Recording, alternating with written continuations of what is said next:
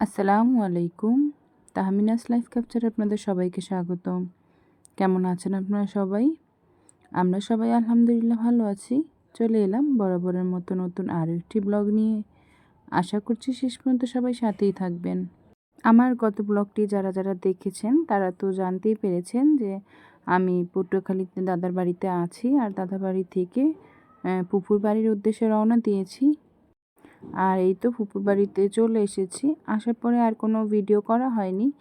তো এখানে তো আমরা আসবো সেই উপলক্ষেই ছোট ভাইয়ের বউ, মানে আমার ফুফাতো ভাইয়ের বউকে আনা হয়েছে। তো ওদের আগে থেকেই কাবিন করানো ছিল, তো বউ আর এই বাড়িতে আনা হয়নি। আমরা আসবো তো সেই উপলক্ষেই বউকে প্রথমবারের মতো এই বাড়িতে আনা হয়েছে। আমরা যে কয়দিন বেড়াবো সেই কয়দিনই বউ আমাদের সাথে থাকবে, তারপর আবার চলে যাবে। তো বউ যেহেতু নতুন শ্বশুরবাড়ি এসেছে, তো দেশগ্রামের তো কিছু নিয়ম কারণ আছে, সেগুলো মেনেই বউকে বরণ করে ঘরে উঠানো হলো।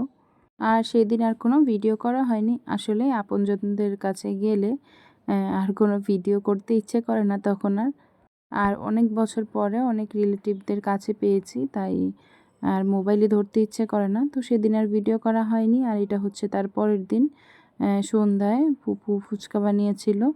তো আমাদের সবাইকেই যে ফুচকা বানিয়ে খেতে দিয়েছে। ফুচকাগুলো দেখতে যেমন লোভনীয় ছিল, খেতে কিন্তু তার থেকে অনেক বেশি মজা ছিল। তো ভিডিওর এই পর্যায়ে এসে সেই পুরনো কথাটি আবারও বলে নিচ্ছি।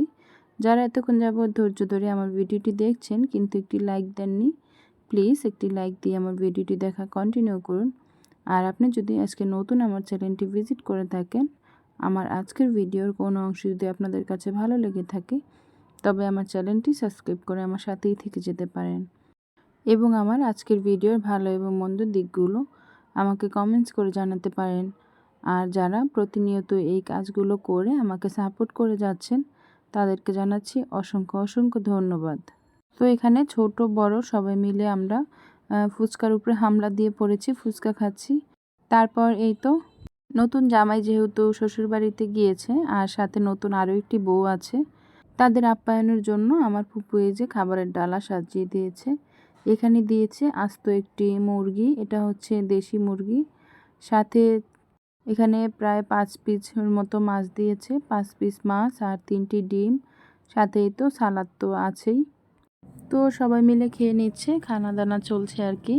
তো এখানে অনেকেই আছে, আমার কাজিনরা সবাই, আমার ফুফাতো ভাই, ফুফাতো বোন, চাচাতো বোন, আমার কাকা কাকি, ফুপু ফুপা, দাদি আর ফুফাতো বোনের মেয়ে। এই যে ছোট্ট মেয়েটি, এটা হচ্ছে আমার ফুফাতো বোনের বড় মেয়ে, ওই ছোট্ট মেয়েটি।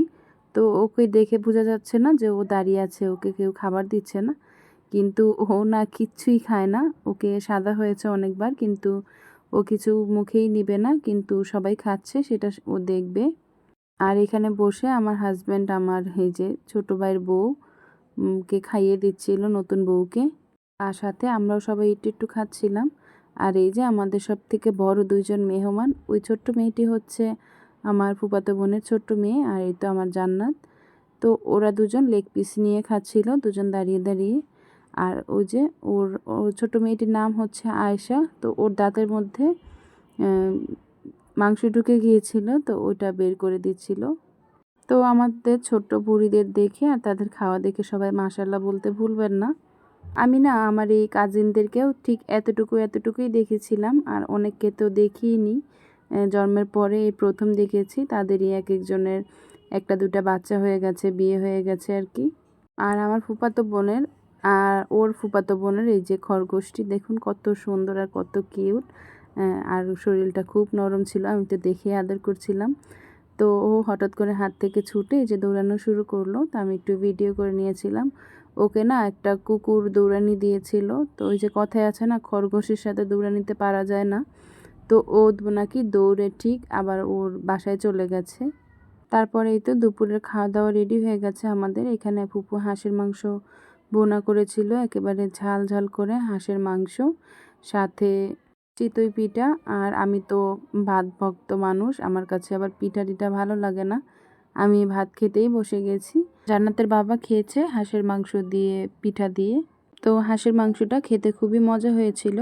সত্যি বলতে গ্রামে আসার পরে যা খাচ্ছি তাই মজা লাগছিল, কারণ মাটির চুলার রান্না আর সব কিছুই একেবারে তাজা ফ্রেশ।